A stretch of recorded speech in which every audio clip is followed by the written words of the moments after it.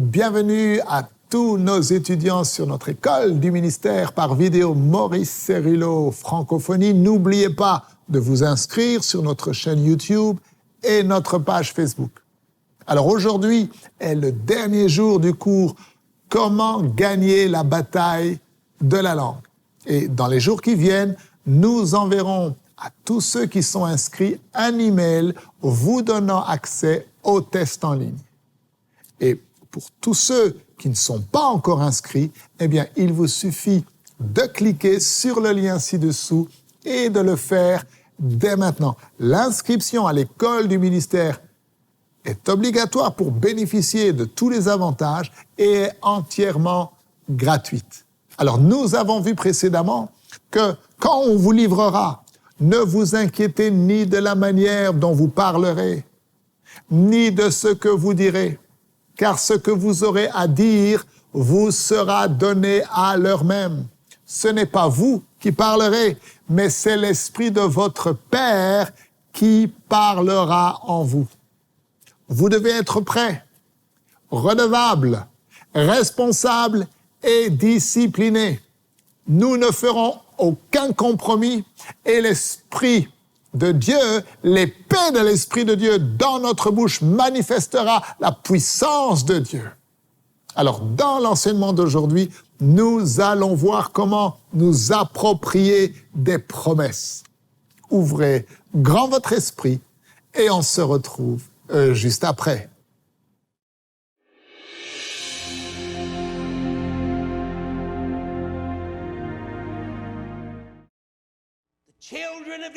Les enfants d'Israël ont déclaré des paroles qui ont apporté la malédiction et la mort. Et maintenant, écoutez-moi attentivement.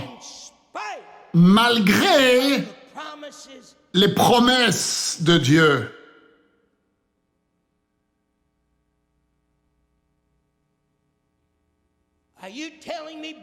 est-ce que vous êtes en train de me dire, frère Cérillo, oui, je vous dis, Dieu peut vous donner toutes les promesses dans ce livre. Mais si vous n'apprenez pas comment vous approprier de ces promesses, et si vous continuez à perdre la victoire et la bataille de votre langue concernant les circonstances dans vos vies et vos familles et vos besoins et vos ministères et vos finances, alors vous ferez exactement comme les enfants d'Israël ont fait. Ils ont parlé la malédiction et la mort dans leurs circonstances, malgré les promesses que Dieu leur avait données. Deutéronome, chapitre 1, écoutez attentivement, verset 20, Moïse parle aux enfants d'Israël. Vous êtes arrivés à la montagne des Amoréens que l'Éternel, notre Dieu, vous donne, qu'il vous donne. Voici, l'Éternel, ton Dieu, met le pays devant toi. Monte et prends-en possession. Il n'y avait aucun doute que la volonté de Dieu pour eux était d'aller de l'avant. Bien-aimés, laissez-moi vous dire quelque chose. La Bible nous dit que celui qui vacille est comme un bateau sur la mer en pleine tempête. Dieu dit que cette personne ne s'imagine pas qu'elle recevra quoi que ce soit si elle doute de la part du Seigneur. Le centurion a rencontré Jésus. Dans Matthieu chapitre 8, il a dit, mon serviteur est couché à la maison atteint de maladie. Et Jésus a dit, je viendrai et je le guérirai. Pas de doute, pas de question. Il était préprogrammé pour connaître la volonté de Dieu. Il n'a pas dû s'arrêter et regarder une personne malade en disant « Je me demande si c'est la volonté de Dieu que vous soyez guéri. » Non, il savait. Il était venu pour ce but, détruire les œuvres de l'ennemi. Il a dit « Je viendrai ». Il a dit « Je viendrai ». Il a dit « Je viendrai ». Pas de question, pas de doute. Je connais mon travail. Il dit, je le ferai.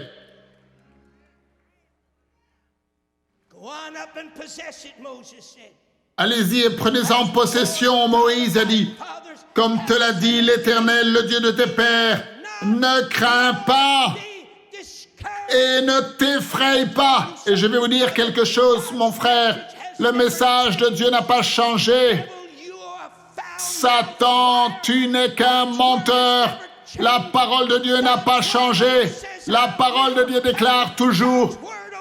Et elle déclare, je viendrai, invoque-moi et je te répondrai. La parole de Dieu a toujours dit, n'aie pas peur, ne sois pas effrayé. Moi, le Seigneur, ton Dieu, je suis avec toi. La parole de Dieu, la promesse de Dieu, la bénédiction de Dieu n'a jamais changé.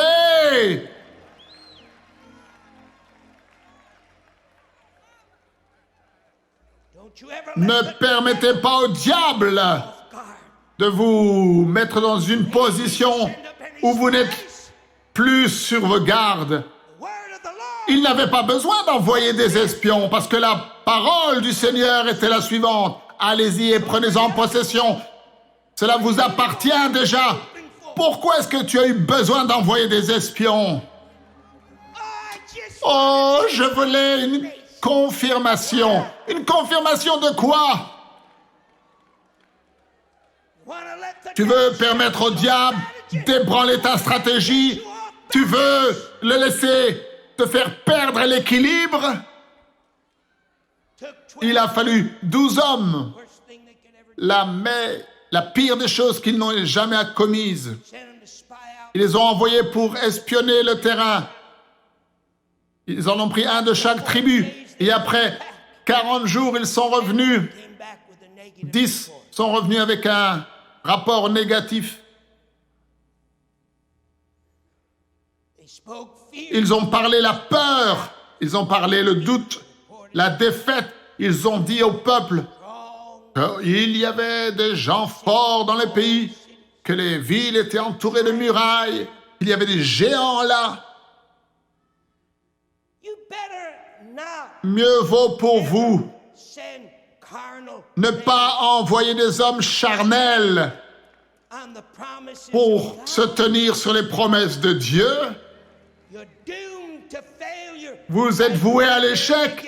Dès le début, si vous faites cela, vous n'aurez aucune chance. Parce qu'ils vont mettre leurs yeux sur leurs circonstances. Frère, laissez-moi vous dire quelque chose. Il y a beaucoup de gens qui nous disent « Oh, il y a des géants dans le pays. » Nous n'avons pas besoin que quiconque nous dise ce que le diable dit. Ils sont toujours en retard. Le diable était là avant eux.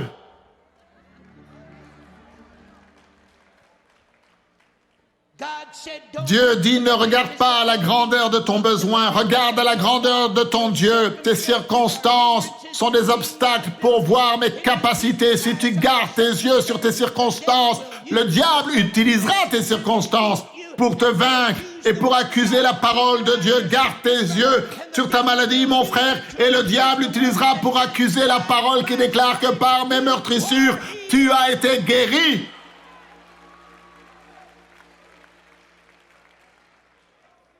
Ta victoire se trouve lorsque tu gardes tes yeux sur la grandeur de ton Dieu et sur sa capacité. Il a promis de te prendre pas après pas, pas tout en une seule fois, mais pas après pas. Et chaque pas sera un miracle.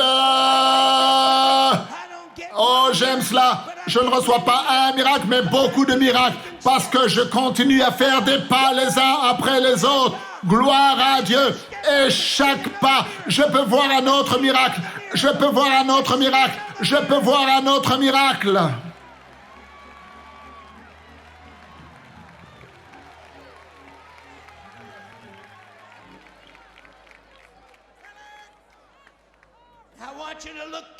Je veux que vous regardiez attentivement aux paroles que ces 10 espions ont ramenées.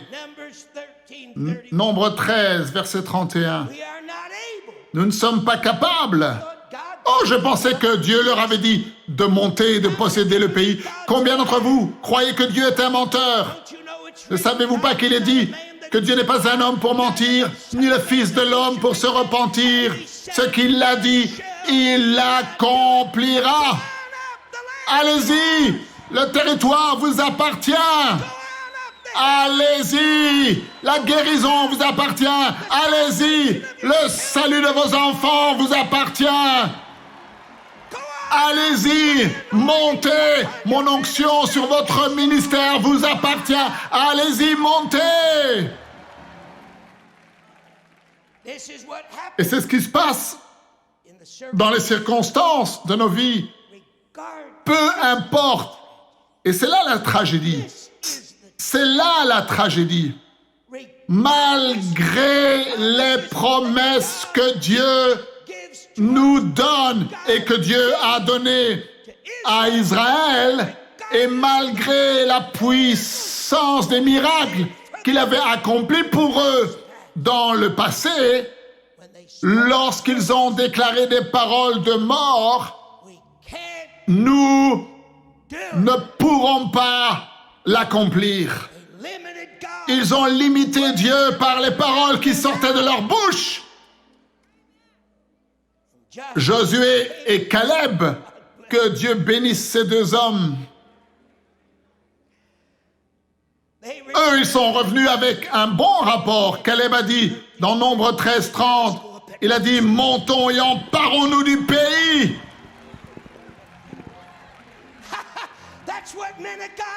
C'est ce que font les hommes de Dieu, frère. Tu ne peux pas les retenir en arrière. Ils sont impétueux. Ils sont pleins de feu.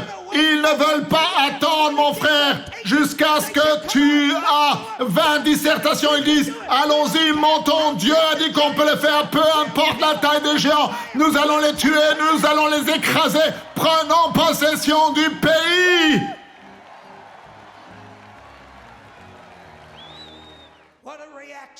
Quelle réaction dans l'assemblée. Ils ont reçu le mauvais rapport. Ils ont entendu le mauvais rapport. Ils l'ont reçu. Laissez-moi vous lire quelques versets pour vous. Dans Nombre 14, toute l'assemblée éleva la voix et poussa des cris. Et le peuple pleura pendant la nuit. Tous les enfants d'Israël murmurèrent contre Moïse et Aaron. Laissez-moi vous dire quelque chose. Il y a une ligne très fine. Tu risques de te tourner contre Dieu si tu te saisis de ce mauvais esprit. Cela arrive tout le temps. Cela se passe. Les gens se mettent à blâmer Dieu.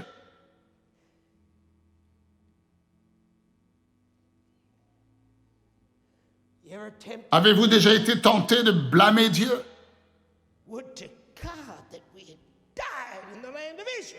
Oh, nous aurions mieux fait de mourir en Égypte ou dans le désert. Pourquoi le Seigneur nous a-t-il fait venir dans ce pays pour que nous mourions par l'épée? Cela n'avait fait aucune différence que Dieu ait ouvert la mer Rouge. Est-ce que vous comprenez combien il est facile d'oublier les miracles de Dieu?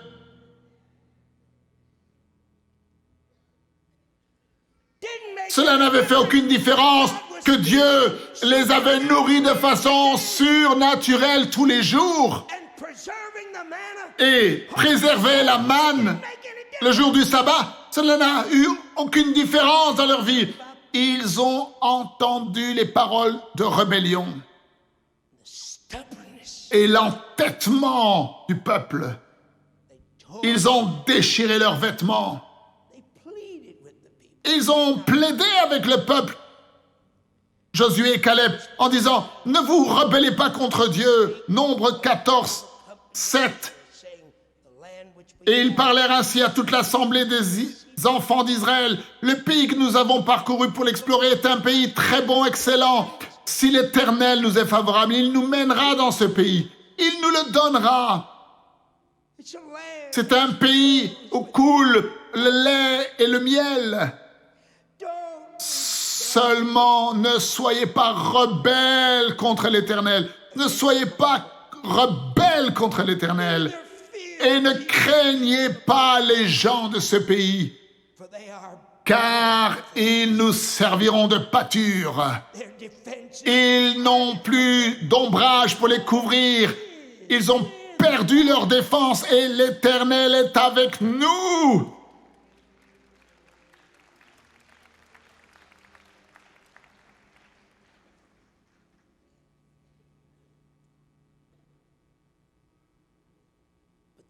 Mais le peuple s'est entêté. Ils ont reçu le mauvais rapport. Ils ont reçu les paroles qui étaient sorties de la bouche de ceux qui ne marchaient pas dans la foi.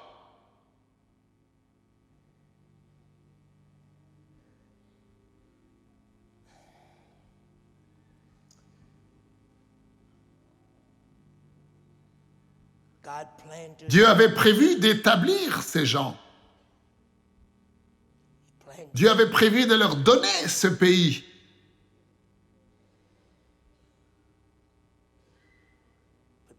Mais à cause de leurs paroles, ils ont changé la totalité du cours du plan de Dieu pour leur vie. Alors, pensez à cela. Et au lieu de la bénédiction, ils ont eu la malédiction. Et la punition de Dieu est venue sur eux. Dieu dit dans Nombre 14, 27, « Jusqu'à quand laisserai-je cette méchante assemblée murmurer contre moi ? J'ai entendu les murmures des enfants d'Israël qui murmurent contre moi. Je suis vivant, dit l'Éternel. Je vous ferai ainsi que vous m'avez parlé à mes oreilles. Vos cadavres tomberont dans ce désert. Vous tous dont on a fait le dénombrement en vous comptant depuis l'âge de 20 ans et au-dessus et qui avez murmuré contre moi, vous n'entrerez pas dans le pays.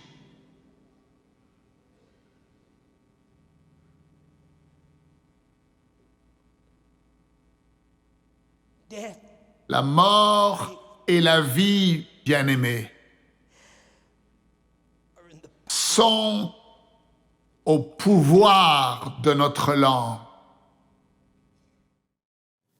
Jésus ne s'est jamais posé la question de savoir si la guérison était la volonté de Dieu.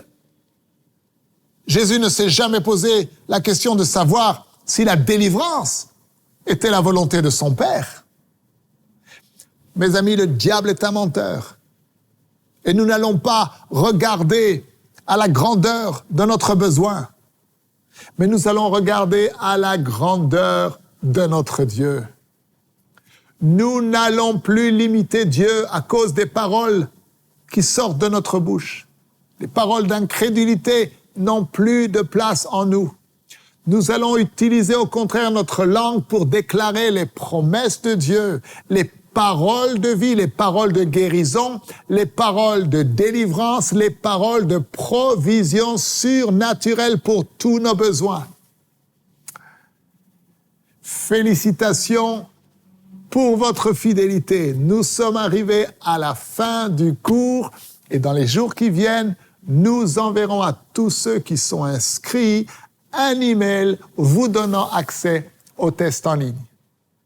Et pour tous ceux qui réussiront le test, nous vous enverrons également votre très beau certificat de réussite personnalisé à votre nom.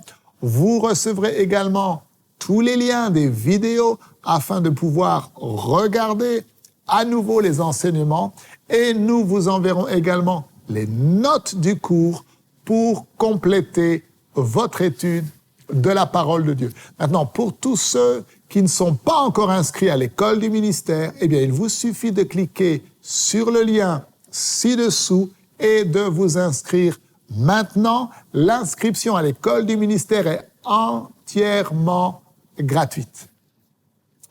Je vous rappelle, demain, nous prendrons une offrande spéciale pour sceller ces vérités que Dieu a déposées dans notre cœur.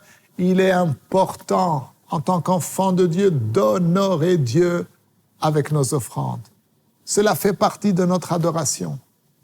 Vous savez, cette école du ministère en ligne est un outil formidable pour équiper spirituellement l'Église de Jésus en francophonie. Merci de partager et de parler autour de vous des vidéos disponibles sur Maurice Cerullo Francophonie. Que Dieu vous bénisse. Et n'oubliez pas, la francophonie appartient à Jésus. À très bientôt pour un prochain enseignement avec le Dr Cerullo. La francophonie appartient à Jésus. Pour toute information, rendez-vous sur www.mcwe.fr.